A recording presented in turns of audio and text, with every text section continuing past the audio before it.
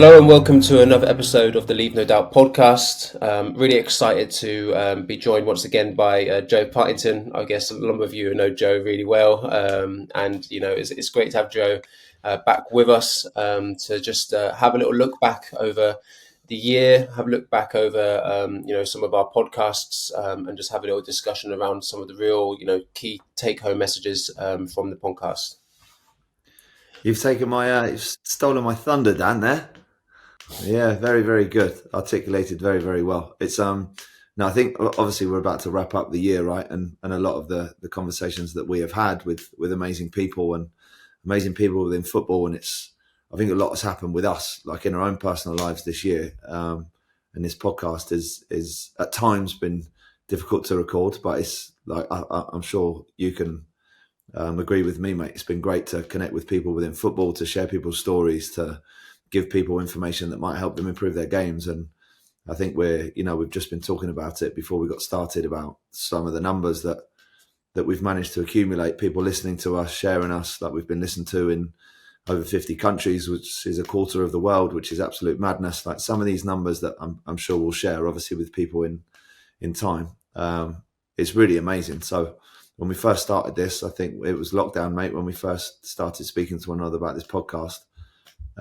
It's been awesome to see that how many people have listened to it, how many people have spoken to me, and I'm sure you, about episodes. And I'm even playing games. Like a few weeks ago, I played a game, and one of the guys after the game, after we shook hands, they'd actually beat me. So I'm sure it was nicer for him than it was for me. But he said, "Oh, what's going on with the podcast? Like I've seen you not been on there most recently," and obviously explained to him the situation that I'm in work-wise. And but it was just, I thought it was amazing that people obviously recognise yourself and I for this Leave No Doubt podcast and all this amazing information we've been able to get from people to give to others, which is really, really cool.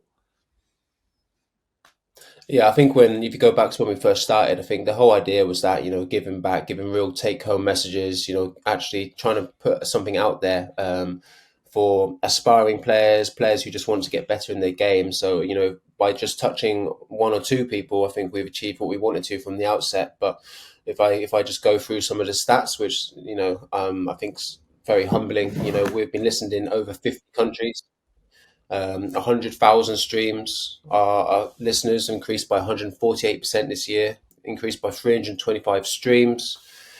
For over 700 of you, we're in your top 10 podcasts. I think the number's even closer when it's the top 5. So, actually, this is, touched a lot of people. And I guess we need to thank, starting off, for our added support this year from Connection Technologies. You've been able to support us with this podcast and, really able to keep it going and, help produce those numbers. Yeah, they're really good guys, Connection Technology guys. They're obviously football people. They wanted to be involved in something that would help benefit others' progression, I suppose, and be authentically in the game. So we're so appreciative to them, to the help that they've given us and to allow us to obviously continue to reach people. And I actually didn't know those numbers, obviously, before we spoke down, and obviously off camera, we've just been discussing it, and really just really astonished, really, really blown away by the amount of people that listen to us. And hopefully we've been able to to positively impact their lives. But Connection Technology are a huge part of that. So yeah, 1,000,000% thank you to them and what they've done for us this year. So if we get started on hopefully another really, strong podcast where we can share a lot of information with you. And what we want to do is just go back and look over some of the guests that we've had on, some of the ones that might have come to the back of our minds, just refresh those. And what better place to start than our first guest on the podcast was actually Jack Wilshere. Jack shared inspirational experiences about coming through his time at Arsenal and his experience being a player with that exceptional talent. One of the quotes I wanted just to, go over and discuss with you, Joe, is Jack, we mentioned on the podcast, it doesn't matter whether you have a natural football talent. If you don't work on it, it's just not going to happen. You have to eat right, you have to train right, and grab on for the opportunities that present themselves. So I think that's real strong take-home message, Joe. He was an awesome person, Jack. I quite understandably, it was quite early on into this, obviously this podcast journey, and he was one of the first people that I'd met, and thankfully, I mentioned Steve Cook, who was closer with them at the time, and I believe still is, because they were playing with each other at Bournemouth, and he managed to set this up. And I was really nervous before meeting Jack because he was the first, I suppose, and this no detriment to anybody else that we spoke to at the start, but Jack's a superstar, really. He's like everybody in English football who's of a certain age knows who he is. They know what his potential was. They know how they know all about the Barcelona game and what happened after that, and ended up feeling a little bit guilty actually, because we obviously had a conversation around that Barcelona game, and I think Rising Ball, as it was in the end, obviously shared a post of Jack's experience from that game, and I know that he gets asked that question a lot, and I sort of had to as well, as I wanted to go deeper into that day and what it did for him, and how he felt before, during, after, and how it impacted his life. And then obviously most of the comments on this Rising Ballers post was, oh, can't he stop talking about that Barcelona night? So I felt guilty because I asked him that question, that I put that upon him. But no, he had just such a wonderful insight into what elite football looks like and what it feels like. And he's probably one of the most naturally talented players that this country has produced. And for him to obviously talk about hard work and dedicating your life to the game alongside talent, I think it was just a real breath of fresh air, really, that it goes to show it's just talent isn't everything. I know that there's that famous quote of hard work beats talent when talent doesn't work hard. And I think Jack really did work hard. Like he was incredibly gifted, and he did work hard. We all know about obviously the difficulties he went through with injuries, and how that almost blocked his pathway to sustaining his level at the very, very top. But I'm sure now, obviously, he looks after Arsenal's under-18s, and I'm sure he's doing an amazing job, because his insight into not only the game and the highs and the lows and what comes with it, but is he understands what elite football looks like. And for me, obviously, to have a conversation with him very early on into this podcast journey was awesome. Really, I can imagine that one did really, really well, because it was full of great insight and great information. Yeah, and like you mentioned there, obviously now he's obviously nurturing young talent. He spoke around his loan moves, and he's quoted here saying, "Don't take loan moves negatively.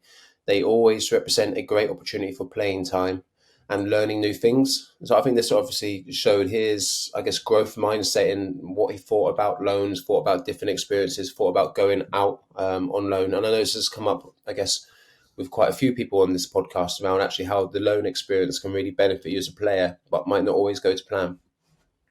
It's a huge part of the game, isn't it? The loan system, and it's sort of the stigma on going on loan sometimes is very, very negative. And I'm not really too sure I buy into that. It's obviously you want to play at the team that you're at. If you're a young player, you want to break into the first team.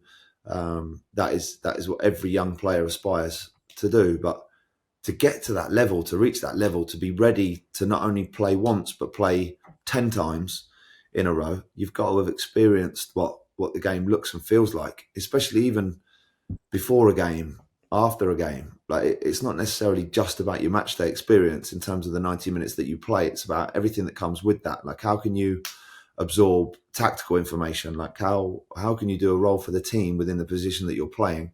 There's so much more to a match day that comes with just performing right on the grass. So those experiences, regardless of whether you believe it's your level or not, it's such an important experience. And I would implore most young players, if they're in academies or on the edge of a first team, to ask the question, to say like, can I go and play a game? Can I go and experience this? Like we may or may not speak about this guy obviously during this conversation, but I'm going to mention him, Matt Ritchie. When I had a conversation with Matt, we spoke about obviously a lot of things, and one of the things that stuck with me that he said was that when he left Portsmouth, who were a championship team at the time, he'd made 2 Premier League appearances for Portsmouth. They were already relegated, but he made 2 Premier League appearances. He then went to Swindon on loan. Swindon ended up being relegated into League Two. So before you know it, Matt had gone from playing Premier League games to League Two games. And I think that year at Swindon, they did very well. I think they got promoted. And somebody said to Matt after he'd been promoted, "Oh, like you found your level." And Matt said, "No, like, what do you mean found my level? Like I'm way off my level."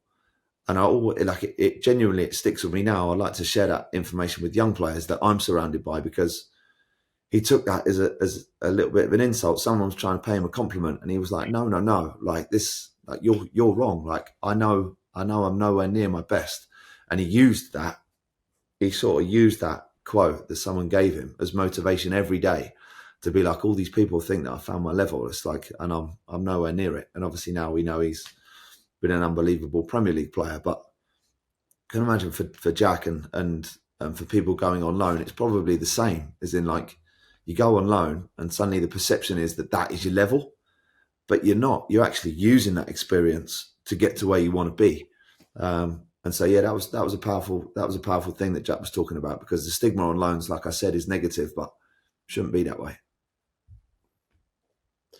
Yeah, no, definitely, and I echo that one. I think it leads into quite nicely to another one I've got here from him. So I want to go straight into there. Like, it's talking about, when you talk about playing time, Jack talks about, sometimes when you're not playing, when you are a substitute, and he's quoted here saying, when you're not getting enough playing time, it's always advisable to stay professional, keep playing and training well, do the right things, and put in more effort to grab the manager's attention, and opportunities will come. So I guess touching on the point that, it's very easy if you're not playing to be disheartened sitting on the bench if you don't think you're going to come on, and that's probably the difficult times where you know you got to ensure that you keep yourself ready for when that opportunity does come. And I always talk to players and say, football changes quickly. Football change, and if you're not ready, then you're going to miss your opportunity to actually go on and make an impact and get yourself playing. Yeah, absolutely right, Dan. Obviously, you work with the very elite players in obviously Wales in terms of country, but also club wise, you work with elite players, and the default is, I'm not playing, so it's no big deal. I don't care. I'm not going to try as hard, or like I'm going to feel sorry for myself that somebody else hasn't picked me, and it's their fault. It's everybody else's fault and not mine. And that is default. Like, we've all been there. Like, it doesn't matter if you're a football player or you're working in whatever industry it is. Like, if someone doesn't pick you or doesn't reward you or pick someone else, then you feel a certain way. Like, and that's very, very natural. It's actually the hardest thing to do at that time, is to say, no, I'm gonna use this to motivate me to do better, or I'm gonna do more, or I'm gonna work harder, or I'm gonna practice more. I'm gonna ask the manager what it is that I can do to get myself on the grass in his team, instead of just, I guess, sulking and staying silent and not really voicing an opinion. And I've had this conversation with loads and loads of people, and also I've had it with myself a lot of times. Is that you feel sorry for yourself? Your go-to is probably to bitch to someone about why I should be playing and somebody else shouldn't be. But I think once you take responsibility for anything that happens, like, you've not been picked, it's not your fault.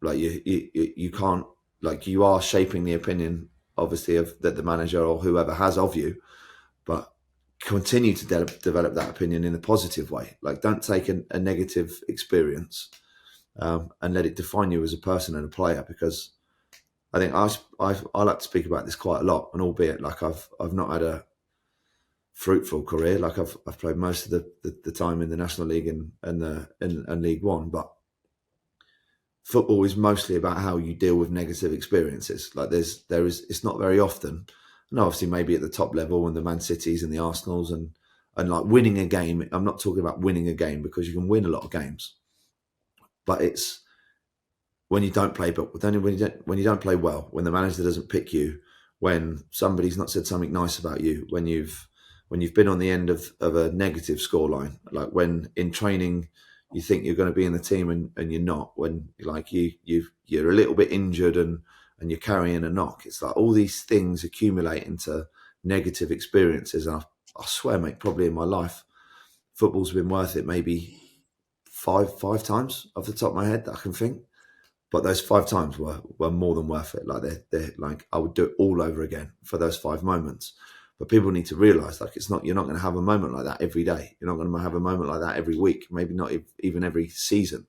I played for 16 years, and I've really got 5 moments that I can think of straight away that I think, yeah, that like when I retire, I can look back and say that it was all worth it. So it's, yeah, certainly. I think to sum up, obviously, what I'm talking about is how you deal with negative experiences is almost the biggest defining feature of whether you have a long lasting successful football career or not, really.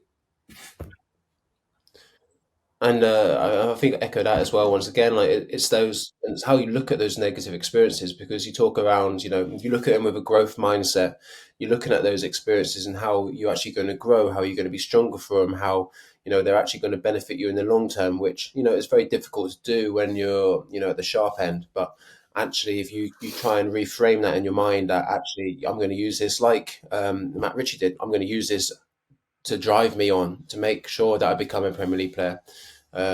So actually, and it's those moments in the game. Jack's just talking about there, sitting on the bench, but it's those moments and those times that actually will define you, like you're saying, in your career. And so Jack mentioned around goal setting, and to achieve your dream, you have to set goals, stay focused, and be driven. Like, how much has this resonated with you? I guess within what you've seen and listened to. Yeah, I mean, goal setting isn't so much something I do now. Obviously, like, I'm at latter stages of career and combining football with work and stuff, and a lot of people will do that. But I think a lot of people that I play with at my level are young people who do aspire to be players. And I always think goal setting back in the day when I was younger, and I obviously wanted to achieve more, and I wanted to aspire to become the best version of myself. Like, goal setting, it genuinely was really important. It sort of like holds you accountable a little bit, and obviously gives you something to get out of bed every day for. Like, when I was a young guy at Bournemouth, I was in and out of the team quite a lot, mostly not. And but every day the goal was to become a first team player, like a regular first team player. Then obviously when I left Bournemouth and signed for Eastleigh after different circumstances with injuries and stuff, the goal was always to get back into the Football League. So without that, like, if I was just plodding along with no real reason, with no real ambition, it's very difficult to how do you get motivated, and how do you stay motivated? Like, by sort of, yeah, trying to define what you're doing it for. It makes everything so much easier to do. Like, maybe you don't want to go to the gym because you're tired, but you've got to, because you've got this goal that you want to reach. Like, maybe you don't feel the best in training, and you'd prefer to have a bit of a day off, or to take it a little bit easier, but you think no one else is taking it easy. Nobody else who wants to aspire to get into the Football League is taking it easy. No one else who wants to be a Premier League player is taking it easy. So I think it's really important, really. And everybody's goals might be completely different.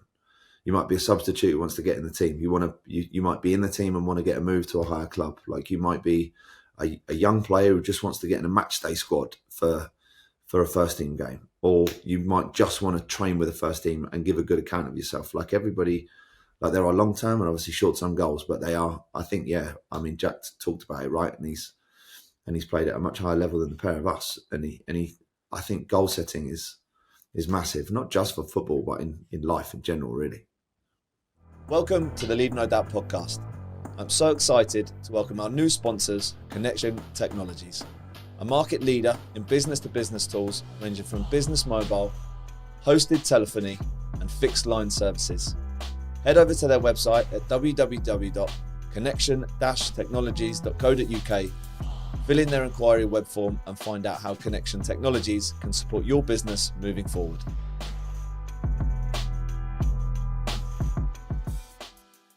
Yeah, and then, like you say, it's probably one of those things that may not come naturally to a lot of people, may feel a bit awkward, may feel a little bit false when you're doing it, but the actual process of going through it, thinking about it, and how, it then can shape and impact that daily life. If you've got the goals, you've got your values, you've got your things that you want to achieve, and you'd be breaking that down into, actually, well, what am I going to do today? What am I going to do over the medium term? And what is the long-term goal for me?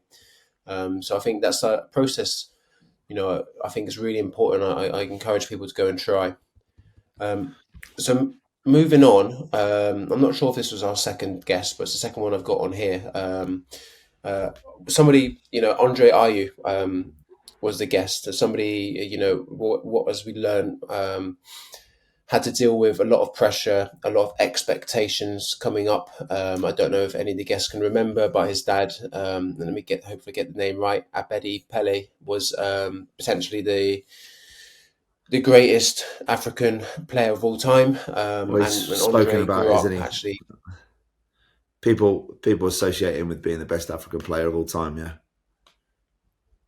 yeah, absolutely. And so Andre grew up in that. I'm not saying that shadow, but he grew up with that in Ghana, moving to Marseille, where his dad was a legend as a player. So one thing, if I kick us off with what the first quote I said, Andre said around dealing with pressure is, you can't change the fact that there will be pressure, but pressure is there, but how you deal with it. So, for me, I think that was quite, once again, leading on from what Jack was talking around there, around that growth mindset and goal setting and how you look at things. So I thought that was quite, actually big from him to say, that pressure could make a lot of people, maybe crumble, maybe not cope with it. And I guess that translates throughout the leagues, the pressure of playing your first game, the pressure of, it might be different pressures from outside of football. It's how you deal with those pressures that actually support you to perform well. Definitely a powerful quote, mate, isn't it? Obviously, when I first, through you, was introduced to Andre and knew that we were going to speak to him, I always knew that he was obviously an exceptionally talented footballer who'd done a lot in his life and was a huge sort of like inspirational figure in Ghana. But I really didn't know at the sort of severity of his life, really. Like his uncle was a player, like obviously not at the same level with his dad, but his whole family were footballers. And his dad, imagine your father is known as the best African player of all time. You're just like, everybody would just expect you to grow up to be awesome, or to grow up to expect you to be able to play at the top level. And he managed to actually like to live with that pressure. He left home, obviously, when he was very early to go to France to play football. He just lived with that pressure and managed to almost absorb it to help him progress. Whereas I can imagine, I don't know how I deal with that, honestly, personally. He's obviously had an unbelievable career, but he was expected to, which is, I don't know if it makes it more impressive that he's done it or not. Do you know what I mean? Yeah.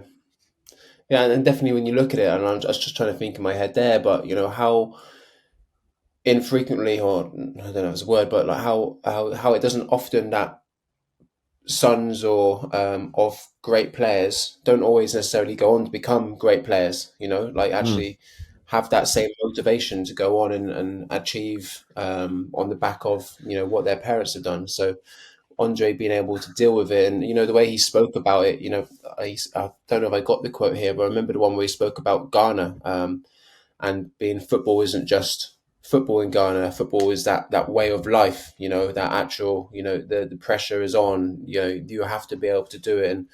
And they had that of Andre, that expectation for Andre to go on and become it. So, I think it's obviously really powerful and what he's managed to achieve. Yeah, we don't know, do we? Because the pair of us have never been.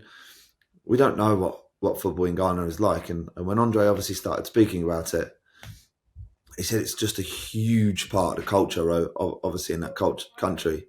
And he's Ghana's captain, so he's almost like the spearhead of figure of football, and that's hard within itself. Like obviously everybody is following him around the world to watch him every time that he comes back home to play for his country. Everyone's expecting him to be the best player. He certainly spoke really well, and I can remember asking him more or less like, "How are you?" as the first question, and he spoke for about 15 minutes about like his whole football career. So it was actually it was a great podcast for me. He's got such a great insight in the game and articulated it really, really well that I could just tee him up and off he went, which was great. But even now, like he still when he was at Swansea, ended up moving, didn't he? In moving on, and even we saw him last year at Nottingham Forest, and like he's still playing to such a high level, regardless of age, regardless of where he goes in the world to play. Like it's super impressive. Yeah, and I guess so. Then he spoke around. I've got a piece here on hard working. So he quoted saying, "I was always working really hard physically. Anytime I used to run, I used to be the highest runner on the team." And I just coupled that with another one he mentioned. You need to do more than others if you want to get more than them. If you want to succeed more, you have to do more. So actually looking at that and his mindset. I mean, it's not probably hard to see how he went on to really drive himself to becoming, such a good player. He mentioned, I was always working really hard physically. Anytime we used to run, I used to be the highest runner on the team. And just coupling that with another thing that he said is, you need to do more than others if you want to get more than them. If you want to succeed more, you have to do more. So looking at his mindset, it's not hard to see, what drove him, and how hard he worked to actually achieve his goals. So maybe that's why he's been able to, you know, jump between playing a couple of seasons in the Championship, but still being ready to go and play in Premier League football, and you know the journey that he's been on in his career. Yeah, it's obvious that his standards have been ingrained in him that they need to be high. And I even think like his mindset there about being the best runner and doing more than everyone else. You might not be the best runner. Like you might not finish first every time you do a run or come back to pre-season and you do the yo-yo test or the bleep test. And there might be other people who are doing the same amount of you after training or in the gym or whatever. But the mindset of I want to be the best. I want to do more. It's only going to be of benefit to you. And you don't have to become like, and I'm conscious that that we're sort of pushing people into being competitive with their teammates and that sort of stuff. And that's not really what it is. It's just that it's just going above and beyond what's expected, I think is the main thing that Andre's talking about. Like, if you just turn up to a training session and go home, then everybody knows that that's not enough. It's not enough if you're going to be successful to just be told what to do. I mean, if let's take the top level athletes and is he attainable to be like Cristiano Ronaldo? Most likely not. So it's very difficult to be like, oh, why don't you just be like Ronaldo and everything's going to be amazing. It's very, very difficult. But he just goes above and beyond what's expected of him. Like, he doesn't do just what he's told. And most lads that you'll find at elite levels, that's how they work. Like, they do more than what they're asked. They go home and they live their life, as if they were an elite athlete, which they are. Like, are you, when no one is watching you, doing exactly the same stuff and living exactly the same life as what you would be if your manager was watching you? That if you had all the supporters that go and watch you on a match day, if they were watching you eat dinner or recover or go to the gym, like, are you still hitting the same levels than what you would if no one was watching? I think that's the mindset I think that Andre's talking about. It's not necessarily that like, oh, if you're not the best runner in your team, you're never going to make it. Like, that's not a thing, right? Like, some of the best players I've played with weren't great runners, but it's the mindset of like wanting to do more, like wanting to be the best. Like, that has to be, and if it isn't, you almost need to sort of try and trick yourself into thinking that it is. And that's maybe where the goal setting stuff starts to come in. It's like, no, I'm not the best of my team at this, but I'm going to set a goal to try and become in the top 5 or whatever it is. Just whatever you need to do to trick yourself into going above and beyond what's expected. And that's, again, like we're talking about football, but that's in all life. Like, are you going above and beyond what's expected of you? And if you aren't, then do you care enough? Yeah, and I think something else you mentioned there, and this is the one I think when I work with players, and I think it's one of the most important things around is that consistency. The consistency of, you might not want to go to the gym today, but you're going to turn up. You're going to do what you can do on that day, and you're going to make sure it's been worthwhile. The consistency of behaviors, I think goes a long way. So I think that's something that I encourage everyone. It's a case of, it's not always going to be like you say. You're going to win the race, or you're going to be able to work 110% that day. But are you actually going and turning up and making sure you're doing the best you can on that day, in that moment? So I think that's something, actually a real strong take home message to aspiring players, to players that just want to get better, is like, are you actually, are you being consistent with what you're doing? Are you making sure that actually every day is worthwhile? The 100%. the next the next one I have here, and Adam Webster, and I guess you can probably introduce him a lot better than I can. Would you like me But to? Adam spoke. Yeah, I was waiting for you to jump in there, but yeah, Yeah, no, I I thought guess you had a dramatic pause. Yeah, no. Well, the first quote I had here, actually, I think, and leads quite nicely on from what we were saying, is, and Adam spoke around, and maybe you can give a bit of background in answer on him. But Adam spoke around that hard work is round, and once again, if you're the hardest worker on the team, you've always got a chance, and I think, I guess it keeps coming back out here, doesn't it? That actually you can have all the talent in the world, but the most important thing is around, like, how you are as a player, and how you actually, you know, drive yourself to become the best, because we're talking about top players here, right? Yeah, it's a common theme, isn't it? That like you have to do more. Like working hard is it's almost a given, right? It's like nobody gets a pat on the back for working hard. Like if you're an elite athlete and you play at the top level or any professional level, really, you've worked hard in your life. Like that's the statistics for 9-year-olds who make it professional is 0.01 something. It's like it's bonkers. So like there's people who've worked their arse off and will never make it. Like it's like working hard is. If we make such a big deal out of working hard, almost glamorizes the fact that you've got to work hard. It's not. I don't think it should be glamorized. I think it should be almost a given. Do you know what I mean? It's the stuff that you have to deal with on the way, like all the speed bumps in your life, in your journey, that are trying to make it an easy get out of jail free card to stop working hard. That's the difference. Like Adam Webster's story. You might see Adam Webster now when he's fit, playing for Brighton and playing this great style of football. He's so comfortable in possession. He's a great defender. Him and Lewis Dunk have managed to get a really nice relationship together, albeit obviously Adam's not fit at the moment, so he's not playing. But when he is fit, he plays. You might see that version of him and think like he's just there and nothing's happened to him to get there. But if you listen to that podcast, obviously I did with Adam again, he used to get absolutely abused by Portsmouth fans when he was a kid, when he played. Like no Portsmouth fan spoke highly of him. No one was positive to him. Like imagine you're a young guy and everybody, and Portsmouth obviously is my football team, so I know what it's like. Like everybody in the city who obviously is like supports the football club isn't saying nice things about you. That is just an enormous amount of pressure and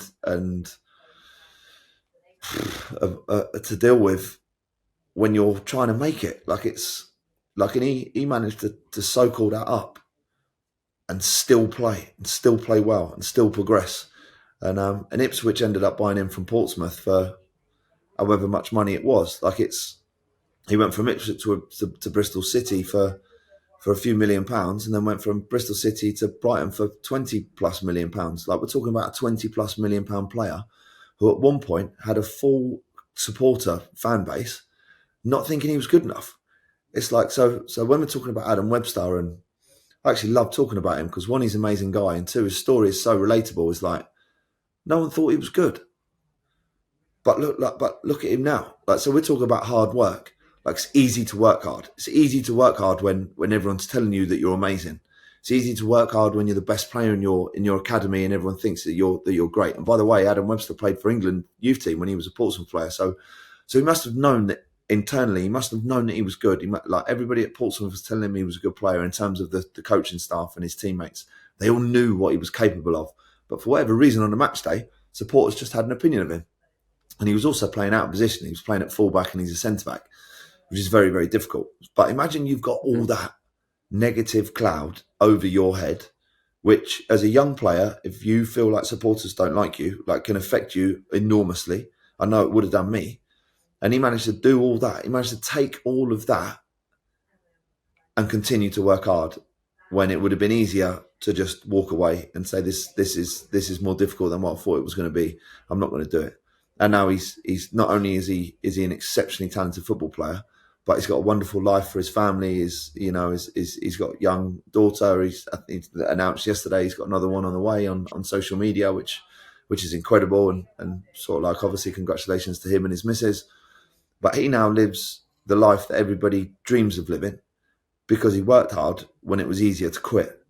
And I think that as a story, now with some of the conversations we've had with these guys, we're now a year and a half, 2 years on from those conversations, and you can almost see their development and their progression off the back of the things that they said and the mindset that they have. But I think, yeah, like obviously Jack, Andre and Adam were the first two conversations that we shared with people, and they're elite athletes, and they're elite athletes for a reason. It's because they can keep their head down and work hard when shit's up against it, and it would be easier. Like I said, it would be easier for him to walk away, but he didn't. And now look at him. And I love talking about it, because what an incredible story. Yeah, no, definitely. And something you mentioned there around, coming through and not playing your position. So I've got a quote here from Adam saying, obviously I wanted to play, but my best position was centre half, but I wasn't ready to play centre half. So I had to learn the game and went back to fullback. So I think actually sometimes it's taken for granted, isn't it? Like actually how important it is just to be a student of the game, to be able to understand different positions, to be able to.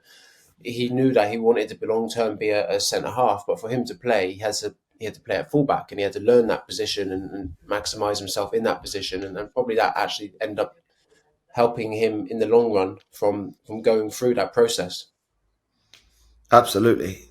And it's very difficult that you know at the time what's good for you. That, like, Adam would have been playing fullback and probably in the back of his mind be thinking, I want to play centre back.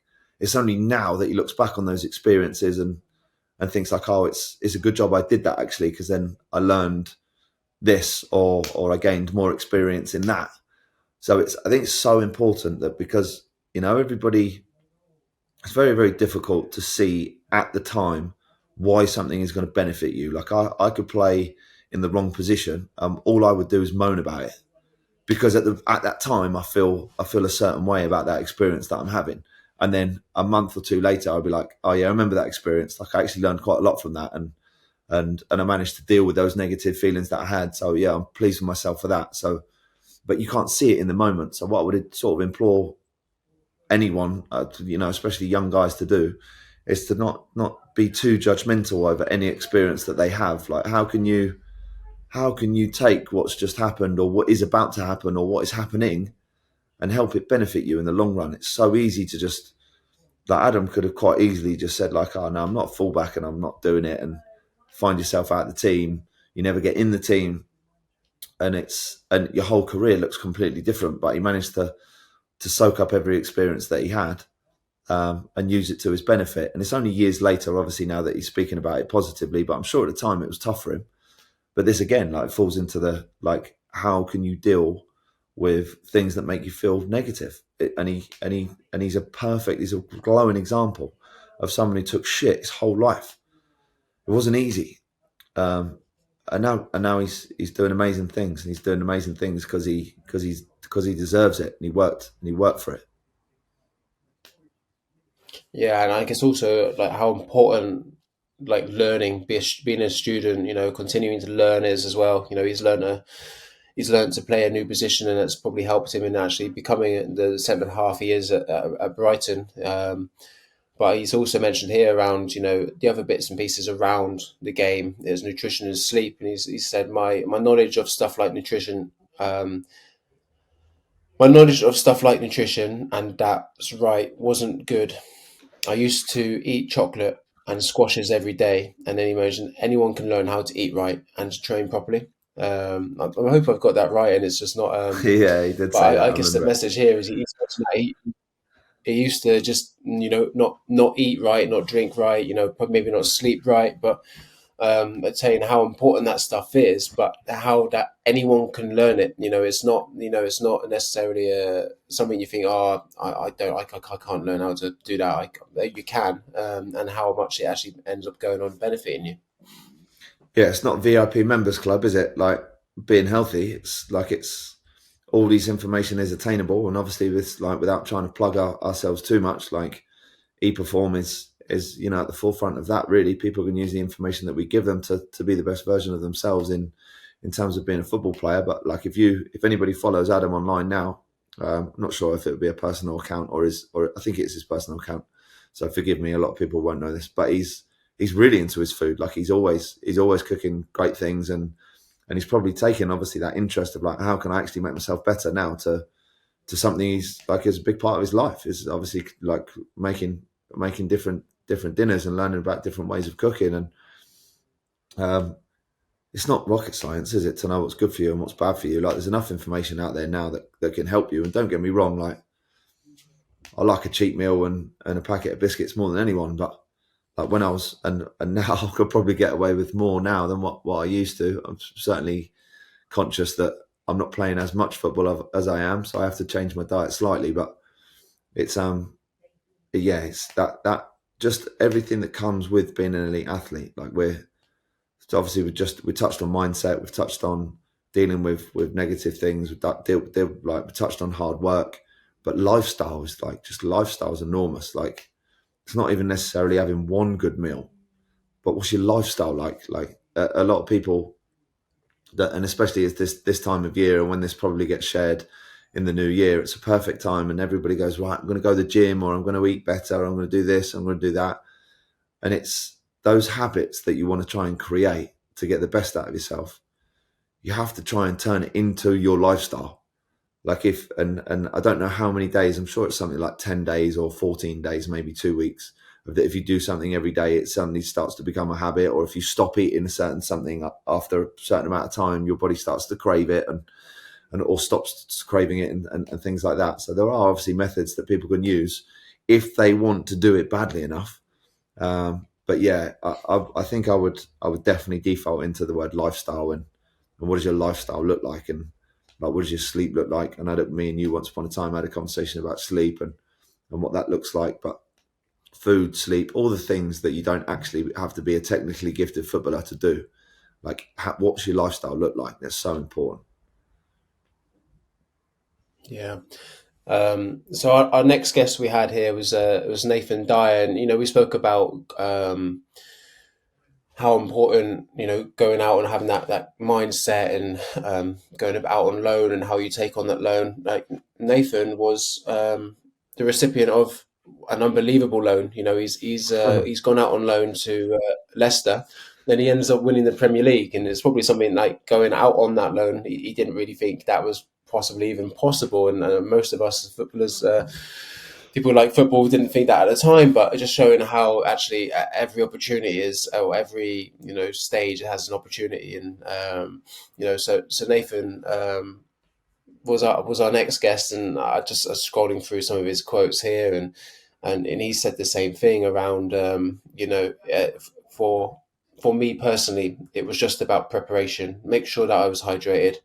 Make sure that I'd done all of the stuff ready and I wasn't flapping around, around actually those bits and pieces to allow him to perform and be ready. And he also spoke about young players learning, and what you have to do is watch games, watch other people train, other teams playing on TV, and see how they do things and see how they implement it into your game.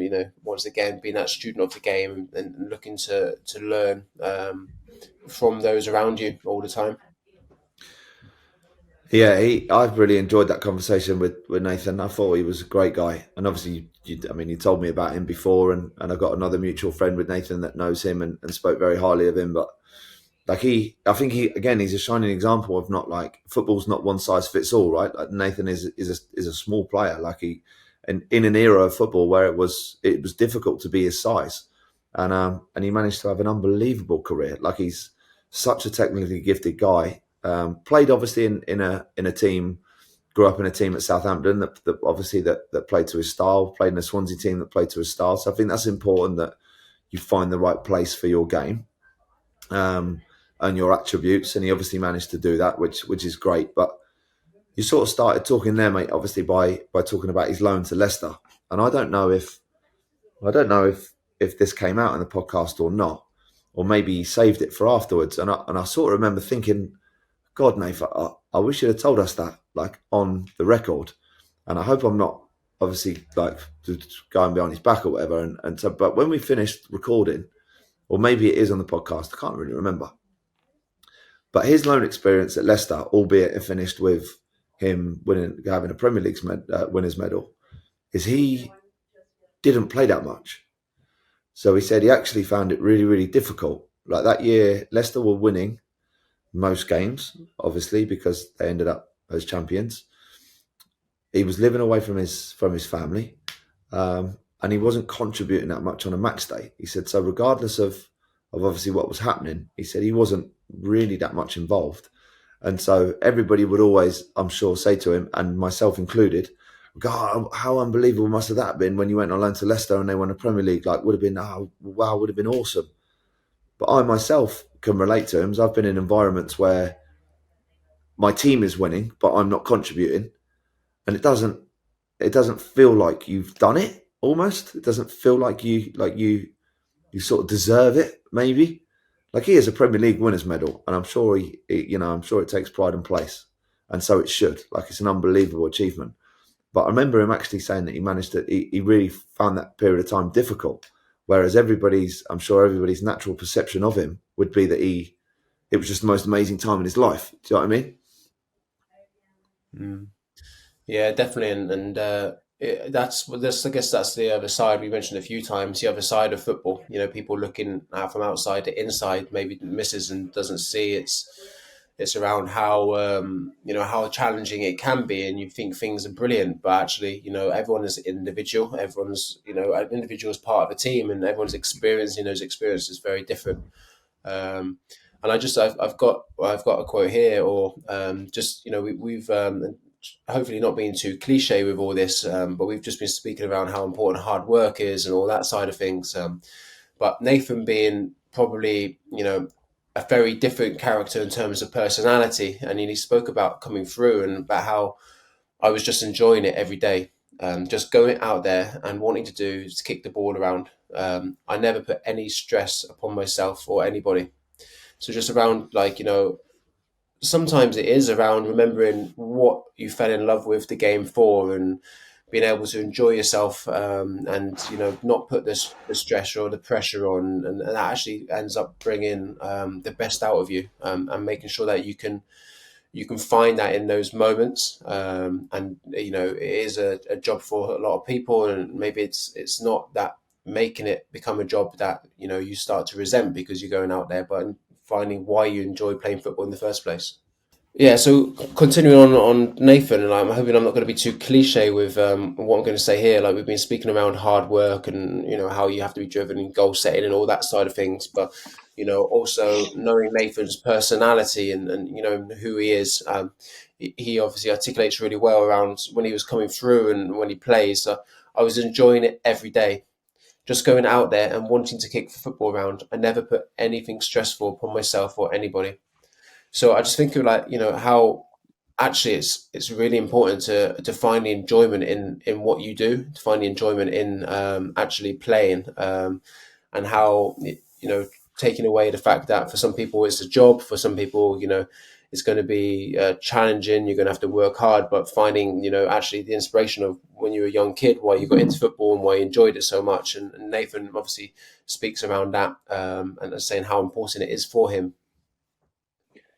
It was actually really refreshing to hear him talk about football like that, because I mean, from my perspective, and probably 90% of the teammates that I have, sort of lose that love when it becomes, when you become professional, when it becomes a little bit more serious, and match day pressure starts to play a part on how you feel and stuff. It's like it's not as fun, to be honest. I've stopped enjoying football a long time ago. But Nathan, obviously, maybe he played a position in which it was, he was a creative player. He played in a role where you had to, maybe it was more enjoyable. I mean, my role for the most part of my career has been to stop other people's fun. Is that, you know, as a defender, you don't create, you know, those moments. You try and stop them. So it's that maybe Nath, obviously, as a winger, as a forward thinking player, as an attacking midfielder, that he was able to hold on to that freedom for a little bit longer. But I think it's very, very difficult to do that really in this modern game, because there's so much pressure that comes with being a footballer in terms of your livelihood, like we're talking about your lifestyle, like how you live, how you support your family, and things like that. And it's not an easy industry to be in. And yeah, I would argue that most people forget what it was that made them that good at football in the first place. And ultimately that is just because we all love it.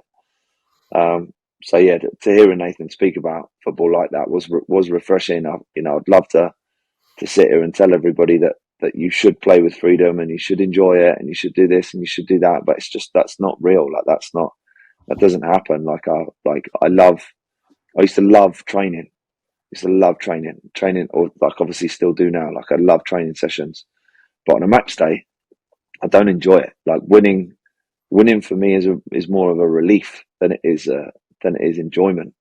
Like celebrating obviously big wins and whatever else. Like obviously, yeah, they're nice moments, but when we score, I feel relief. I don't feel elation, if that makes sense. I don't know if I'm the only person who feels that, and maybe I'm just like one of not very many. But I think it's very difficult to hold on to the fact that you love the game when it becomes your profession.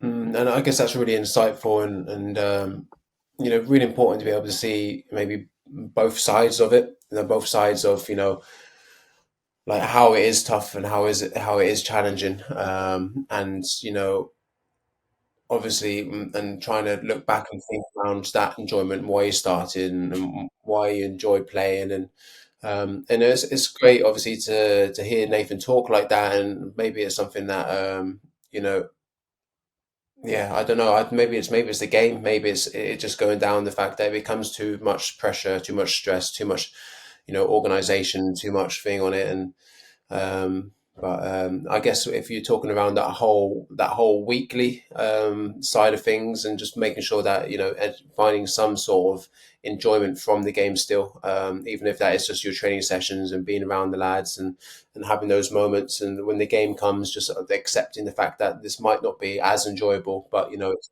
part of it, and I'm going to do what I can to perform.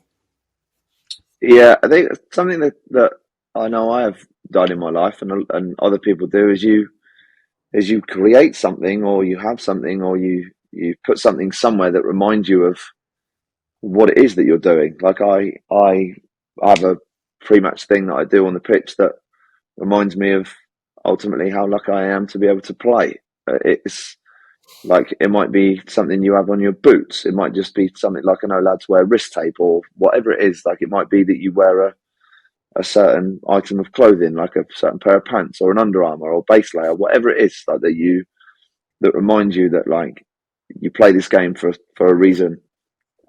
This is how you felt about it when you were younger. And it helps relieve maybe a little bit of stress, a little bit of pressure. I know it certainly does for me, that when I've big football up sort of most days, and I feel pressure and stuff like that, the sort of like what I do before a game reminds me that I've been through career threatening injuries, that my life might have been much different, and I'm still able to play, albeit whatever level it is, I'm still able to play. So to appreciate it and to try and enjoy it doesn't always happen. Obviously, it doesn't, like, you don't always enjoy it, but it's sort of a reminder of that, like, there's worse things to do in the world than play football, you know. And that we're all certainly very lucky to be able to do so. And then we're obviously getting into the finer details about what makes you elite and what makes you successful and stuff like that. But albeit, like, that one quote from Nathan, that's the reason why it's so refreshing, is it sort of just brings everybody back to, this is actually why I play. And then you can almost reset yourself into thinking, right, yeah, I remember why I do it, and now I'm gonna go into all the detail as to what's going to make me the best at it. Yeah, brilliant. And I guess that's a nice place to finish this little review section on that. Joe, thanks for joining us. Thanks for coming on. And I know you're a busy guy these days, and spending a bit of time just going through these and reviewing them and chatting to the listeners. Yeah, I hope so. I mean, I don't know, conscious. I don't know how an episode like this will go down. It's sort of like reviewing conversations that have already happened, but it's always nice to reflect, isn't it, and go back over like some of the highlights that people have spoken about. And I think what's massive, like what will resonate for me over the next few days and probably into the new year, is the numbers that you spoke about at the start of how many people actually listen to us, and hopefully how many people we've had a positive benefit on. I can't really get my head around the scale in which that is, because when we first saw, after doing something like this, and the first conversations, I can remember where I was sat when we first spoke about it. Like, could never have imagined that people in 50 different countries would listen to us, and that over 700 people will have us on the top list of their most listened to podcasts on. And I think that's just Spotify, you were saying, isn't it? So Spotify. Yeah. I'm just pretty overwhelmed really with the numbers, and and hopefully beyond this. And I know life is life, and a lot of things get in the way of different people, and hopefully we can continue to do this and to bring positive football stories and experiences to people that can help benefit their own games. And not only that, but give people a real insight, because I know not everybody who listens to this podcast is a player, and give people a real insight into what players and people are going through. And I think it's just awesome. I think sort of like a credit to you, mate, obviously in the last however many months that you've managed to continue to have conversations with people, albeit online and stuff. It's just like you've done an incredible job, mate. So thank you for taking that over from me when it was obviously difficult for me to do so. And hopefully in the new year we can combine on things a little bit more together, and keep bringing people obviously content that they like listening to, hence the numbers. Yeah, brilliant. And I guess once again, thank you for Connection Technologies once again supporting us this year in 2023, and it's really helped keep this podcast going and touching as many people as we could do. Nice one, Dan. Nice one.